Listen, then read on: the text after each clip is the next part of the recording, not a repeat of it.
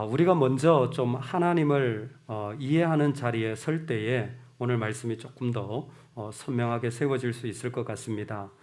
여러분, 하나님은 이 땅에서 우리와 함께 하시는 분입니다. 그것을 하나님의 내재성이라고 부릅니다. 즉, 우리가 어떤 마음을 가지든 어떤 모습을 가지든 하나님은 그 자리를 그대로 함께 공유하신다라는 것이죠. 그래서 우리가 하나님과 함께 한다라는 것은 실제적으로 우리가 어떤 자리에 있든 주님은 그 모든 것을 공유하시는 분이죠. 근데 하나님은 우리와 함께 하실 뿐만이 아니라 또 하나의 하나님의 모습이 있는데 바로 우리보다 더 크신 하나님, 즉 초월하신 하나님이라는 것입니다. 우리가 우리 생각으로 이 정도라고 하더라도 하나님은 그것과 비교될 수 없는 그분의 계획하심이 있어서 그것을 넘어서서 요즘 말로 박스 바깥으로 나가서 볼 수 있게 해주시는 것이 초월성이죠. 하나님은 우리가 생각하는, 우리가 기대하는, 우리가 아는 것을 뛰어넘는 분이십니다. 그런 하나님이 이 땅 가운데 역사하고 일하신다라고 성경은 말하고 있습니다. 즉 하나님이 일하신다라고 했을 때 우리가 말하는 하나님의 모습은 정확하게 이 작정과 섭리라는 것이 포함되어져 있습니다. 영어로 decree라는 것과 provision이라는 것인데요. 하나님은 이 땅에 영원한 계획을 가지고 계셔서 그 일을 이루십니다. 그래서 우리가 태어나기도 전에 하나님은 그 계획을 성취하기를 원하셨죠. 모든 만물이 하나님의 계획 아래 이루어지나니라는 에베소서 1장은 정확하게 우리가 이 땅을 살아가는 모든 삶의 자리를 영원한 계획 속에 하나님은 준비하셨다라는 것입니다.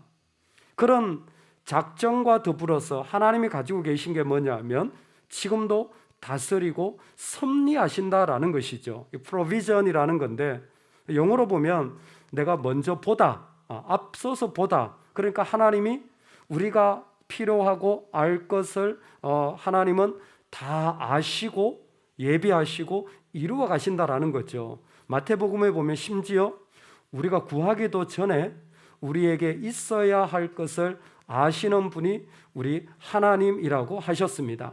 하나님은 어떤 분이냐면 우리에게 있어야 할 것을 아시고 허락하여 주시는 분이라는 것이죠. 할렐루야. 이걸 조금 더 펼치면 사실 그 안에는 작정이 있고 예정이 있고 창조가 있고 섭리가 있습니다. 이 네 가지가 하나님이 하시는 일이에요. 이것을 줄여서 우리는 영원한 계획과 지금도 하나님이 이 일을 이루어 가신다라고 표현할 수 있죠. 그래서 믿는 사람들은요, 그런 하나님의 모습을 따라서 어떤 일을 만날 때 하나님이 어떤 일을 하시려고 하나, 하나님이 무엇을 이루려고 하시나, 이런 생각을 자연스럽게 하게 돼요. 믿지 않으면 이런 생각이 없습니다. 그런데 하나님을 믿으면 하나님 그분이 그렇게 일하시는 분이기 때문에 우리도 그 하나님의 계획을 따라서 자연스럽게 그냥 우리 마음에 하나님이 이 일을 왜 허락하셨지? 하나님 무슨 일을 하려고 하시지라는 그 마음을 자연스럽게 품고 살아가게 되는 것이죠. 얼마 전에 우간다에서 온 바바지라는 자매를 만났습니다. 이름이 은혜입니다. 바바지. 예. 우리 목사님 통해서 만났는데 제가 참 우리 자타한 목사님 참 축복되다라는 생각을 많이 해요. 왜냐하면 교회에서 기도하고 막 후원하고 그 다음에 겨울철에 잠바도 이렇게 준비해드리고 또 카페에서 식사도 나누고. 근데 전혀 그런 도움을 받지 못하고 한국에 와서 공부하는 분들도 꽤 많더라고요. 이분이 그랬어요. 우간다에서 오셨는데 후원하는 교회도 없고 후원하는 선교사도 없고 자기가 자비량으로 학비나 학교에서 대주니까. 근데 나머지 비용은 비행기 값도 자기가. 쉽지 않죠. 한국 생활하는 게 생활비가 만만치 않은데 그거를 본인이 그래서 일산을 와봤냐 그러니까 자기가 한국에 몇 년 동안 살면서 일산을 와본 적이 없다라는, 그럴 여유가 안 되는 거죠. 그래서 교제를 하고 이렇게 삶을 들어보니까 이렇게 사는구나. 그래서 헤어지면서 기도하고는 제가 약간의 용돈을 준비해서 그랬습니다. 내가 큰오빠다 생각하고 엘드브라르다 생각하고 큰오빠가 주는 거니까 맛있는 거 사 먹으라고. 그랬더니 갑자기 자매가 바닥에 무릎을 꿇는 거예요. 그리고는 땡큐 페스타 하는 겁니다. 제가 순간적으로 놀래가지고 뭐 이렇게까지. 근데 아마 그 문화 속에서 그게 감사를 표현하는 가장 그분들 나름대로의 방법인 것 같아요. 만남이 끝나고 자연스럽게 드는 생각이 뭘까요? 하나님이 왜 이 만남을 허락하셨을까? 하나님이 왜 이런 일을 경험하게 하실까? 때로는 좋은 일일 수도 있고 때로는 정말 어려운 일도 만나게 됩니다. 근데 하나님의 사람들은 무슨 생각을 해요? 하나님 왜 이런 일을 허락하셨지? 왜요? 하나님이 그렇게 작정하시고 그 일을 이루어 가시는 분이기 때문에 그렇습니다. 그래서 우리도 자연스럽게 그런 생각을 가지고 살아가게 되는 것이죠. 이 땅에 하나님의 백성들을 하나님이 허락하실 때 주님은 그 일들을 지금도 이루어 가고 계십니다. 하나님이 일을 이루어가는 그 모습 속에 우리가 만나는 아담을 창조하시고 그리고 창조한 이후로 아담의 자손인 가인과 아벨과 그리고 누구죠? 세 번째가 셋이죠. 가인과 아벨과 셋을 통하여 역사가 흘러가고 있는데 재미있는 것은 이 셋으로부터 10대 즉 10세대가 지나가면 누구를 만나냐면 노아를 만나게 돼요. 10세대가 딱 되면 10대가 딱 되면 노아를 만나게 돼요. 그런데 노아에게도 공교롭게 아들이 셋이죠. 셈과 함과 야벳입니다. 그 셈에게서 또 10대를 가면 누구를 만나냐면 아브라함을 만나게 돼요. 여기에 10대라는 것은 하나님의 완전한 계획입니다. 육체적인 그런 대수를 말할 수도 있고 아니면 중간에 좀 중요하지 않은 사람을 뺀 그런 연대일 수도 있지만 하나님의 족보가 이렇게 흘러간다라는 것은 사실 구체적으로 우리 안에 하나님의 계획이 진행되고 있다라는 것이죠. 그리고 오늘 우리가 보는 말씀에는 아담의 계보와 가인의 계보가 섞여가면서 나오게 되어집니다. 그때 이 계보들을 통하여서 하나님이 우리에게 말씀해 주시는 메시지가 무엇이었냐면 이 땅에 하나님의 아들들과 사람의 딸들이 결혼하는 일들이 그 가운데 이루어지게 되어집니다. 하나님의 아들들과 사람의 딸들이 결혼한다라는 것은 참 어려운 본문이긴 하지만 좀 쉽게 설명하면 이 땅에 믿지 않는 자들과 믿는 자들이 결합하고 있다라고 표현되어질 수도 있을 것 같습니다. 동시에 이것은 하나님의 구원 계획과 그리고 구원이 없는 바벨론을 세우는 그래서 바벨탑을 세우는 사람들의 계획이 지금 같이 섞여지고 있다라고 표현될 수도 있습니다. 핵심은 하나님의 통치가 이루어지기도 하고 하나님의 통치가 이루어지지 않기도 하고 있다라는 것입니다. 이 땅을 살아가는 우리의 삶에 하나님의 통치가 세워지기도 하고 하나님의 통치가 이루어지지도 않는 자리들이 왔다 갔다 막 섞여 있는 것이죠. 저는 이 족보에서 한 사람을 꼭 기억해야 된다고 생각합니다. 그 사람이 누구냐면 에녹이에요. 에녹이라는 사람은 하나님과 동행했던 사람입니다. 그런데 하나님과 동행하면서 그가 아들을 낳았는데 바로 그의 아들이 무두셀라, 성경에서 최장수한 사람이죠. 몇 살? 969세까지 살았던 삶이에요. 그런데 무두셀라의 뜻이 뭐냐면 이 아들이 죽으면 이 사람이 죽으면 심판이 임하리라 라는 것이에요. 즉 에녹은 하나님과 동행하면서 어떤 것을 보게 되었냐면 하나님 안에 있는 계획을 봤는데 하나님의 심판이 있다라는 걸 본 거예요. 그리고 자기 자녀를 통하여서 그걸 고백한 겁니다. 네가 죽으면 심판이 임하리라. 그래서 정확하게 무두셀라가 죽는 때에 노아의 홍수가 일어납니다. 참 신기하죠? 그와 같은 일들이 지금 일어나고 있는 상황입니다. 한쪽에는 하나님의 통치가 이루어지고 안 이루어지고 그리고 하나님의 심판의 계획이 이루어져 가고 있다라는 것을 보여주는 때에 하나님이 지금 그 가운데 그런 사람들을 만나고 있는 겁니다. 그런 사람들을 보고 계신 거예요. 그때 하나님의 심정이 무엇이냐면 하나님이 사람을 지으신 것을 한탄하셨다라는 거예요. 후회하셨다라는 겁니다. 하나님의 아픔과 고통이 그 가운데 그대로 드러나는 것이죠. 땅 위에 사람 지으셨음을 한탄하사 마음에 근심하시고, 또 이어서 그 다음 절에도 이는 내가 그것들을 지었음을 한탄함이니라 하시니라. 아멘. 여러분 후회해 본 적 있으세요? 후회해 본 적 있으세요? 내가 왜 그렇게 말했을까? 내가 왜 이런 일을 했을까? 내가 왜 이런 사람을 만났을까? 아니면 내가 왜 그때 그런 모습으로 살아갔을까? 후회가 되어지는 거죠. 지금 하나님이 후회하고 계시다라는 거예요. 하나님 지금 후회하고 계시다라는 거예요. 하나님이 후회하신다라는 것은 오늘 말씀에서 분명히 창조물에 대한 건 아닌 것 같아요. 사람을 지으신 것을 후회하신다 그랬어요. 구체적입니다. 왜 사람에 대하여 후회하시냐면 그들이 지금 창조로부터 하나님이 맡기신 일들이 어그러지고 있기 때문이에요. 사람이 해야 될 일이 뭐냐면 이 땅을 다스리는 일들이었습니다. 이 땅을 통치하는 일이었어요. 하나님의 통치를 받아 이 땅을 통치해야 되는 사람들이 뭐예요? 죄로 말미암아 기능장애가 일어난 겁니다. 통치하지 않아요. 오히려 욕심으로 부여잡고 동생을 죽이고 미워하는 악이 막 일어난 거예요. 하나님은 그게 고통스러우신 겁니다. 근데 구체적으로 오늘 말씀해 보니까 그것을 이렇게 말씀하셨습니다. 그의 마음으로 생각하는 모든 계획이 악할 뿐임을 보시고. 왜 하나님이 후회하실 정도로 지금 고통스러우시냐면 사람들의 마음이 악하다라는 거예요. 악한 게 얼마나 악하냐? 악한 게 뭐냐? 어떤 악한 행동을 했느냐? 잘 보여주지 않습니다. 분명한 건 한 가지예요. 사람이 악하면요 120년 동안 말씀을 전해도 말씀이 들리지 않습니다.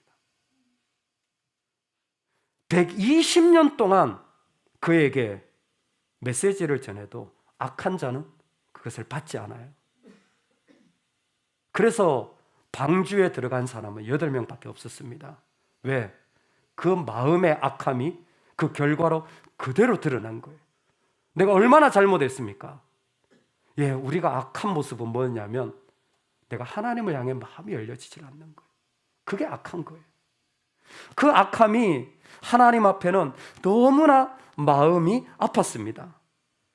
놀라운 것은 하나님이 사실은 후회하실 수 없는 분이기도 하신데 민수기에 보면 하나님은 사람이 아니시니 후회가 없으시다고 했는데 요나서에 보면 니느웨가 해거하자 하나님이 뜻을 돌이키사 내리리라고 하신 재앙을 내리지 않으시는 모습도 보여주시는 겁니다.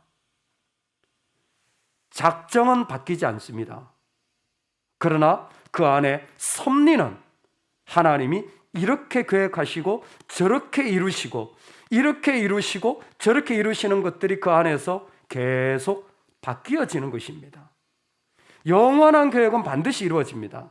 그 안에 섭리는 우리가 알지 못하는 사이에 하나님은 그 계획을 후회하시고 때로는 마음을 돌이키시고 그 가운데 하나님의 뜻을 완성해 자리까지 그 길을 인도해 가시는 것입니다.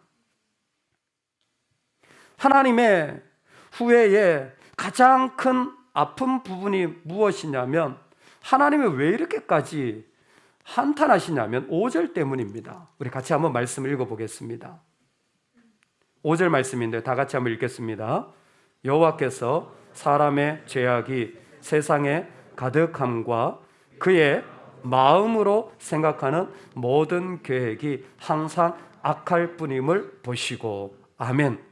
하나님은 그 중심을 보시는데 사람의 마음이 지금 악이 있는 거예요. 사람의 마음이 악이 있는 거예요. 재미있는 것은 6절입니다. 사람의 마음에 악이 있자 뭐라고 말씀하시냐면 하나님의 마음에 근심하시고 그랬어요.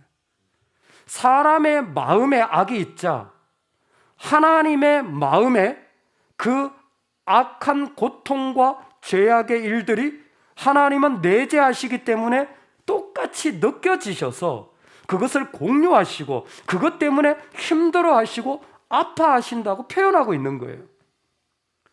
여러분, 우리가 하나님의 형상으로 지음받아서 살아갈 때 우리 안에 있는 생각을 하나님이 공유하십니다. 역사서에서 말씀하시죠. 우리가 말하는 것을 하나님 다 들으신다고 했습니다. 말만 들으시는 게 아니에요. 우리의 생각도 하나님은 그대로 가지시는 거예요. 그래서 우리가 아플 때 하나님도 아프신 거예요. 우리 안에 고통이 있을 때 하나님도 고통스러우신 겁니다. 지금 인간의 악함과 죄악이 넘치면서 거기에 그런 죄의 결과인 고통이 점점 많아지고 있습니다. 그 고통이 많아지는 자리를 인하여 하나님도 고통스러우신 거예요. 하나님도 마음이 아프신 겁니다. 하나님의 마음도 점점 어려워지고 있습니다. 사람의 죄악과 그의 마음으로 생각하는 것이 똑같이 하나님의 마음으로 옮겨가서 하나님도 너무 힘든 거예요. 그런데 놀라운 것은요, 하나님은 우리와 함께 하실 뿐만 아니라 우리를 뛰어넘는 초월하신 분이에요. 고통을 가지고 계시지만 자기 정복하시는 분입니다. 그 고통을 정복하셔서 뛰어넘으시는 분이에요. 우리는 그 고통에 휩싸이는데 하나님은 그 고통을 뛰어넘으시는 분인 거예요. 그래서 신약 성경을 같이 봐야 돼요. 그게 하나님 아버지의 모습이 이렇게 설명되어 있습니다. 한 아들이 아버지의 가장 좋은 재산 절반을 가지고 갑니다. 심지어 아버지 명예에 먹칠을 합니다. 여러분, 하나님이 우리를 만드셨을 때 아름답게 만드셨잖아요.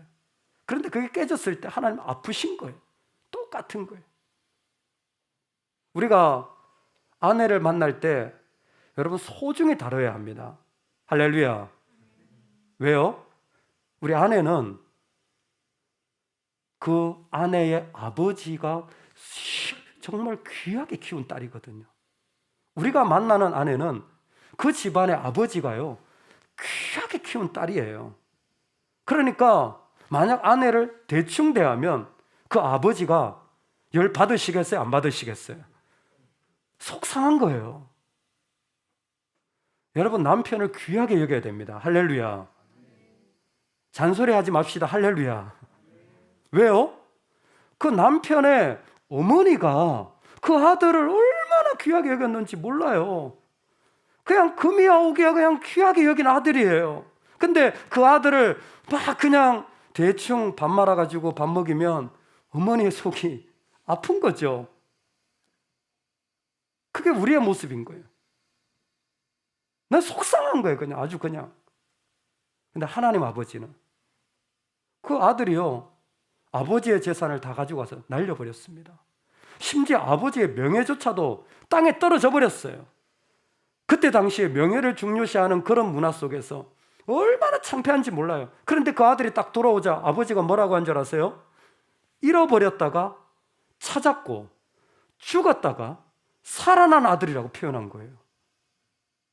그 아버지는 웬일인지 그 아들의 고통과 그 아들이 가지고 있는 죄악만 받은 것이 아니라 그 아버지는 그 안에서 그게 다 극복되어서 오히려 잃었다가 찾았고 죽은 아들이 살아나게 되었다고 고백하는 겁니다.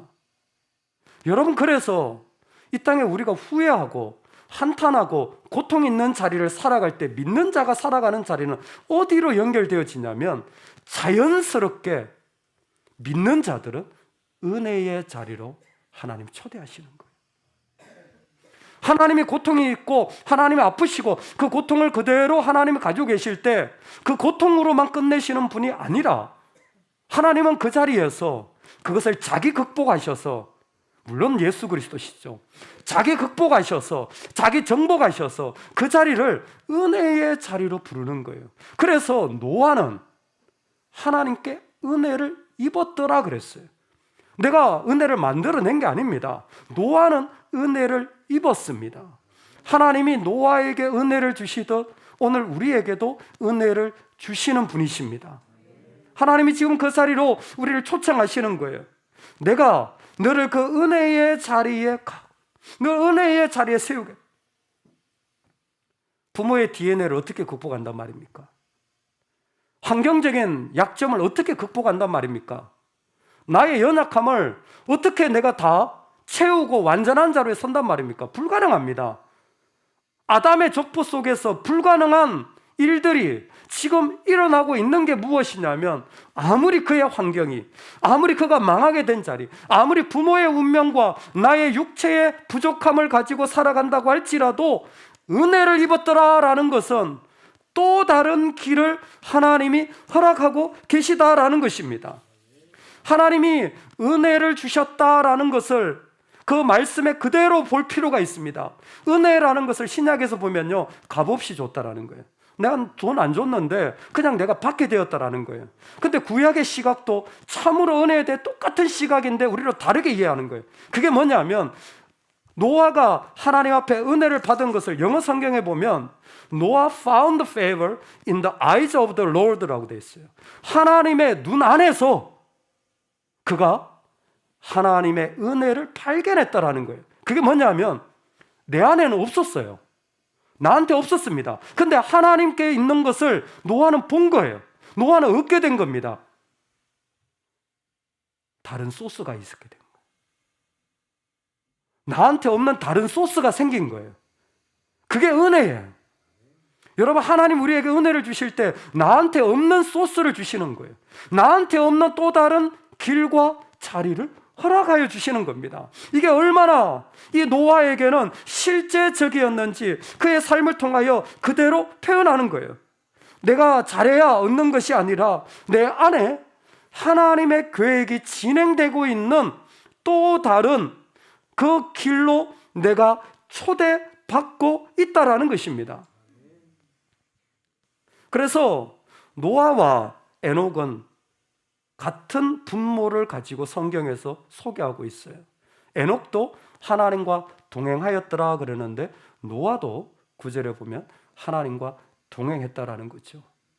같이 손을 잡고 걸어갔다라는 거죠. 근데 월트 브루그만은 이 부분을 하나님과 동행했다라는 것을 하나님과 비밀을 공유했다고 표현합니다. 즉, 노아와 하나님, 에녹과 하나님은 서로 속내를 털어놓는 거예요. 그래서 에녹은 하나님의 심판의 계획을 발견한 겁니다. 에녹아, 내가 세상을 심판해야 되겠다. 하나님 마음 그것이군요. 내가 알겠습니다. 그래서 아들을 무두셀라를 지은 거예요. 근데 노아도 뭐예요? 하나님에게서 뭔가 발견한 거예요. 그게 뭐더니 한탄하고 후회하고 심판만 있는 게 아니라 뭐예요? 은혜를 그 가운데 발견한 거예요. 하나님이 그 가운데 은혜로 우리를 이끄시는구나. 하나님이 그 가운데 그분이 처음 약속하셨던 그 약속을 이루시겠구나. 그래서 있잖아요, 성경에 아브라함, 이삭, 야곱, 요셉 4대 족장이거든요. 한번 들어보셨을 겁니다. 아브라함, 이삭, 야곱, 요셉, 이 네 사람의 공통점이 있어요. 성경에 보면 이 네 사람을 묘사할 때마다 꼭 묘사하는 게 뭐냐면, 하나는 그 사람들의 족보예요. 또 하나는 그 사람들의 무덤입니다. 이 두 가지가 네 사람의 공통점이에요. 족보하면 이제는 딱 떠올라야 됩니다. 뭐예요? 게네시스잖아요. 게네시스, 기원. 이게 뭐예요? 창세기 제너시스라고 그랬죠? 시작이라고 했습니다. 하나님이 시작하시는 거예요. 그래서 아브라함을 부를 때 내가 너로 복의 근원이 되게 하리라. 내가 복의 시작이 되게 하리라는 거예요. 항상 믿는 자들에겐 하나님의 시작이 있는 거예요. 그게 처음부터 하나님의 계획이셨습니다. 그리고 그 하나님의 시작하신 뭐예요? 끝까지 간다라는 것이 그들의 무덤을 통하여 막벨라굴에 묻히죠. 약속의 자리까지 이끌어지는 거예요. 그래서 이 네 사람의 특징이 뭐냐면, 그들이 잘 살았냐? 기도 응답받았냐? 얼마나 편한, 이런 게 아니에요. 하나님의 약속을 붙잡고 살았다는 거예요. 때로는 내가 와이프를 거짓말로 누이라고 속이는 실패도 합니다. 때로는 내가 하지도 않은 짓을 했다고 배신도 당해요. 내가 믿을 만한 형제들이 나를 팔아넘기기도 합니다. 그런데 그 사람 뭘 붙잡아요? 약속을 붙잡는 거예요. 내가 아닌 또 다른 소스를 붙잡는 겁니다. 그게 은혜의 본질인 거예요. 약속을 붙잡는 거예요. 내가 이만한 사람인데 자기 의의를 붙잡는 게 아니라 약속을 붙잡는 거예요. 심지어 그 가운데 어려움의 기간들이 다 있었습니다. 사라는 24년 동안 불임했잖아요. 리브가는 20년 동안 불임했습니다. 라헬은 레아가 7아들을 낳기까지, 7자녀를 낳기까지 자녀 하나도 없었어요. 불임의 죽음의 기간이 있어도 그들은 뭘 붙잡아요? 약속을 붙잡아요. 노예로 끌려가도 약속을 붙잡아요. 그러니까 그들의 입에서 늘 무슨 얘기를 합니까?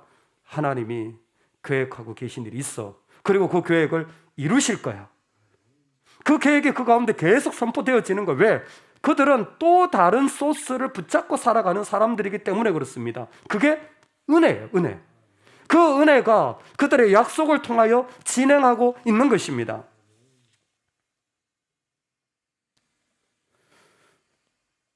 너희가 그 은혜를 인하여 믿음으로 말미암아 구원을 받았나니, 그 은혜는 결국 우리를 예수 그리스도로 말미암아 구원 얻게 되어지는 자리까지 허락하여 주신 것입니다.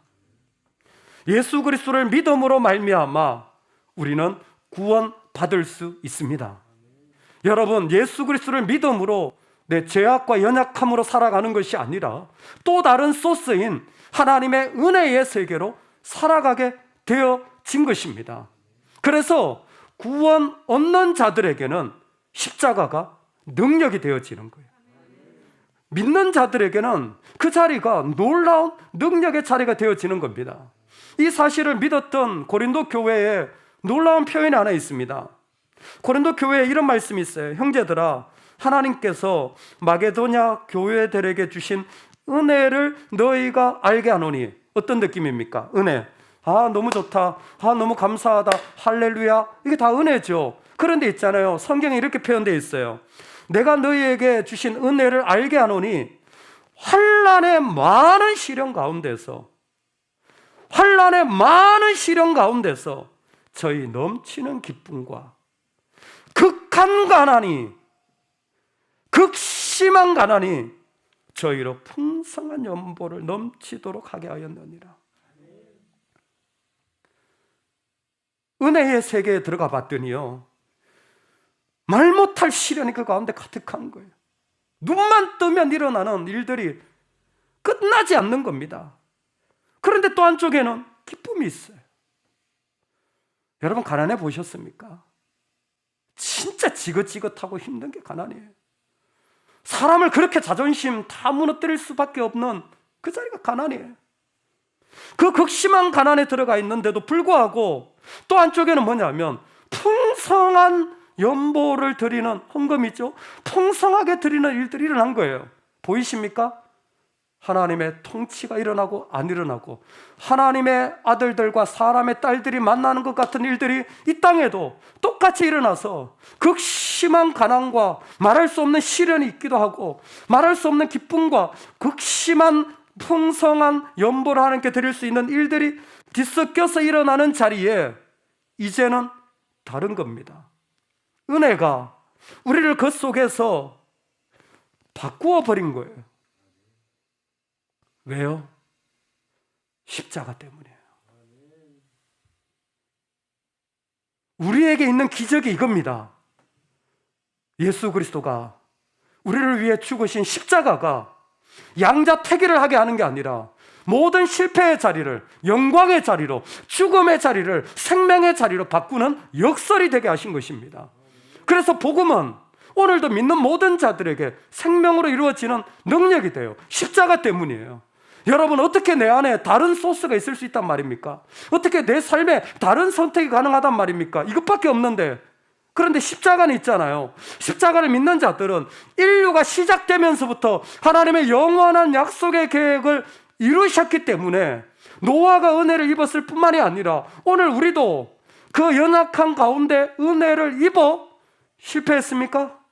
넘어졌습니까? 끝이 아닙니다.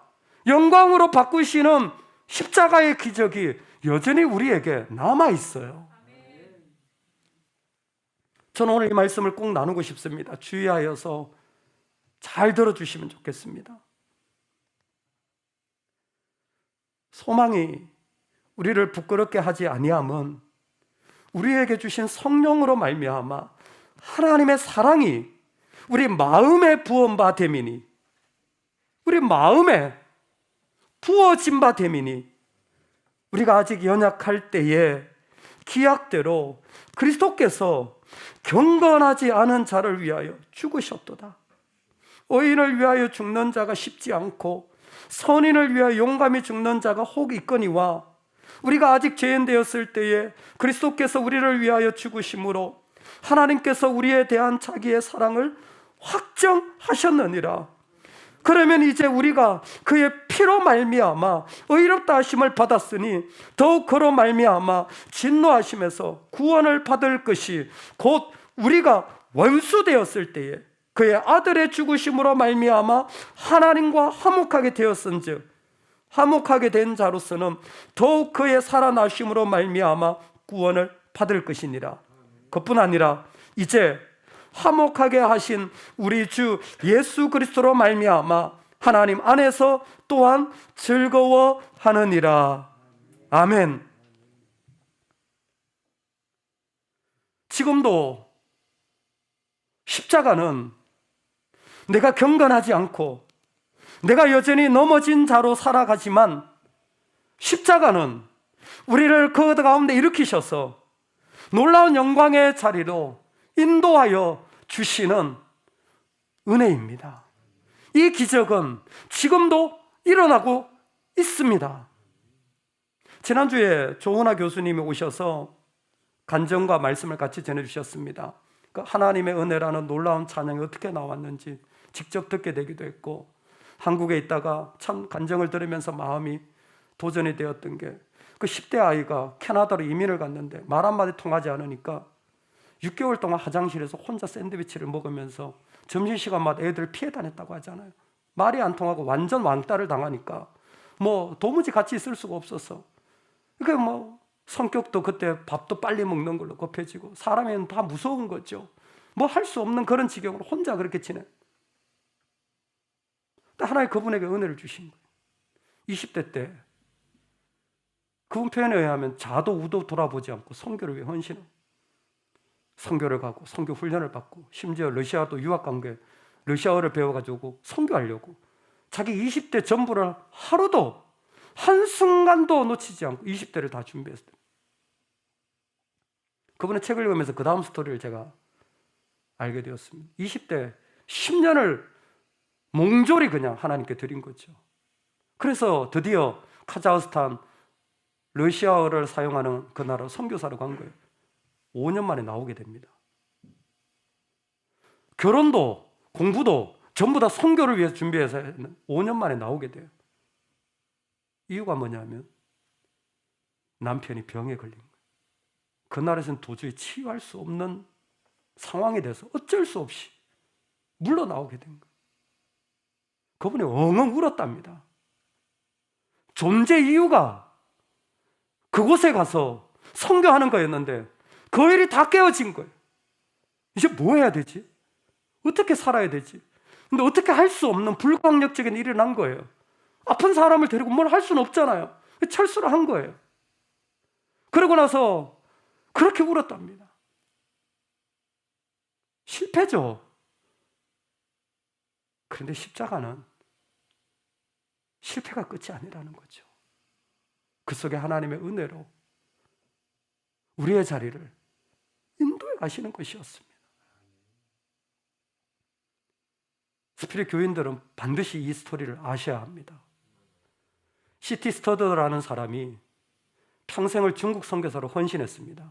누구라고요? C.T. 스터더. 당시 중국 선교에 관심이 있고 헌신하였던 허드슨 테일러와 함께 중국의 선교사로 헌신해서 그곳에서 사역을 했습니다.